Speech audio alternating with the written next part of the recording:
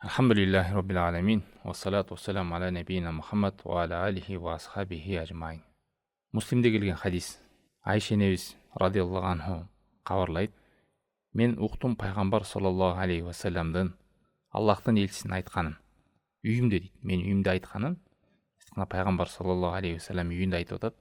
Мындай деп: Аллахумма ман валия мин амри уммати шей'ан фашакка алейхим фашкук алейхим.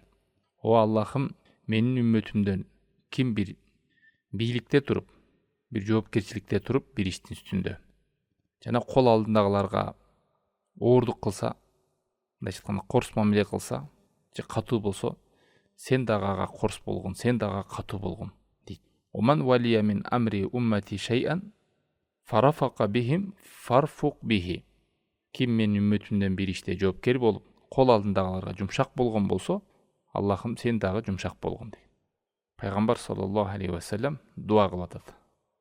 Жумшак кол алдындагына жумшак болгондорго Аллахым жумшак болгон, кол алдындагыларга катуу болгондорго, корс болгондорго, орой болгондорго сен дагы катуу, корс, орой болгон деп.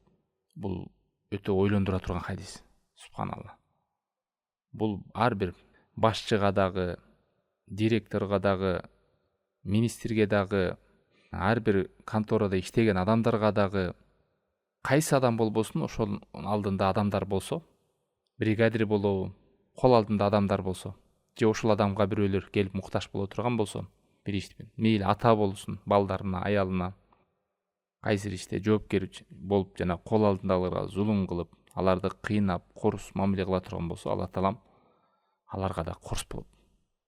Себеби пайгамбар саллаллаху алейхи ва салламдын дуасын Аллах таалам жооп бербей койбойт, сөзсүз кабыл болот. Башка бир хадисте да айтат: ал жаза мин джинсил амал деп. Эмнени кылсаң, ошону көрөсүң. Жумшак болсоң, сага да бирөөлөр жумшак болот. Корс болсоң, сага да бирөөлөр корс болот. Жашооңду ошондой кылып коет Алла таала. Ошон үчүн адам каерде иштебесин, башка адамдар ал адамга муктаж болуп калган учурда аларга күчү жетпей турган нерсени жүктөбөй, аларды кыйнабай, колунан келишинче жакшы мамиле кылып, жумшак мамиле кылууга аракет кылыш керек. Эгер ошондой кыла турган болсо, анын келечегине да башка адамдар да жумшак мамиле кылат. Аллах таалам дагы жумшак болот. Мисалы, мамлекеттик мекемеде иштеген кээ бир кызматчылар справка алууда болсун, кайсы бир түрү болсун, кээде ошол келген адамдарга зулумдук кылып, документти бүтүрүүдө же телефон менен сүйлөшүп, же ал адам жакпай калса эртең кел деп созуп, ал адамды кыйнап, кээ бир адамдар атай жол артып, алыс жерден келиши мүмкүн, анын көңүлүнө карап жүрүшөт. Келген адамдарды кыйнашат. Мына ушундай адамдар дагы кол алдындагы аларга муктаж болгондорду кыйнаган болот, эзген болот. Булар да жашоодо кыйналышат, эзилишет акыр барып. Ал эми адам жумшак болуп, колунан келген аракетти жасап, кызматын кылган болсо, ал адамга да келечекте башкалар жумшактык менен, кичпейилдүүлүк менен жакшы кызмат кылган адамдар да болот. Дагы айтып кете турган нерсе, бул үйдөгү кожоюнга да тиешелүү. Ошол өзүнүн аялына, балдарына, ошолорго күчү жетпей турган нерсени талап кылып, же болбосо аларга корс мамиле кылып, мен кожоюмун деп, аларга орой мамиле жасап, кичинекей нерсени чоңойтуп, ошонун артынан зулумдук кылып, оор сөздөрдү сүйлөп, көңүлүн оорутуп, зулумдук кылып, ушунун бардыгы кол алдындагыларга корс, орой мамиле кылган болот. Адам ойлобосун, булар эмне алсыз, мен үстүндө турам карап, ким мени үстүмөн карамак эле деп билген ишин кылып, оор мамиле кыла бергенден коркуш керек.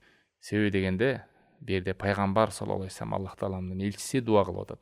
О Аллахым, жумшак болгонго жумшак болгон, корс болгонго, орой болгон деп.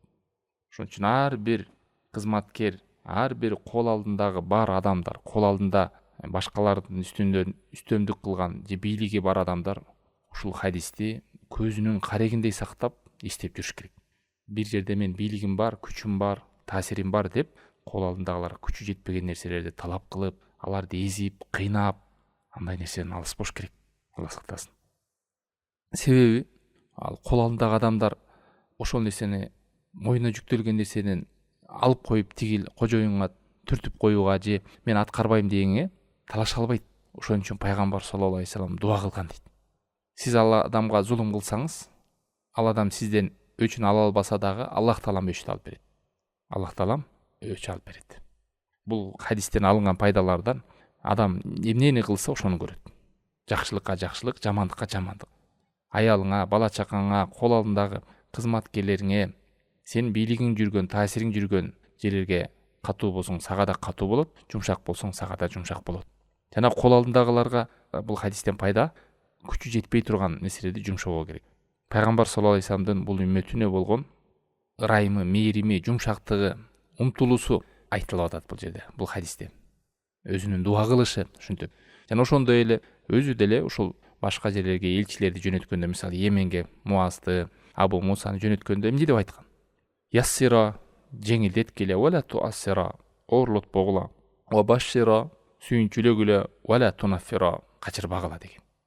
Жумшактык болгон жерде ошол адам, баш адам талап кылган нерседе жеңил ишке ашат, жакшылыктар болот. Жумшактык боюнча пайгамбар саллаллаху алейхи вассаламдан бир нече хадистер келген. Сол хадистерде Аллах таалам жумшактыкты жакшы көрөт. Ва ю'ти алар рифq ма ла ю'ти алал унф. Бир адам корс болуп мамиле кылгандан, жумшактык кылган адамга Аллах таалам корс орой кылгандан көбүрөөк берет дейт жакшылыкты. Кайсы нерседе жумшактык болгон болсо, ал нерсени кооздойт. Кайсы нерседе жумшактык жок болгон болсо, ал нерсенин ырайын, чырайын жоготот. Жакшылыкка алып барбайт. Дагы бир хадисте Муслимде келген: "Ман юхрам ар-рифq юхрамул хайра кулла." Кайсыл адам жумшактыктан кур калган болсо, жумшактыгы жок боло турган болсо, ал бардык нерседен кур калат деп келет. Айрыкча туугандар эскертип кетет ушул нерсе. Ооба, бул ошо бийлик кол алдында бийлик барларга тиешелүү бул хадис жалпысынан.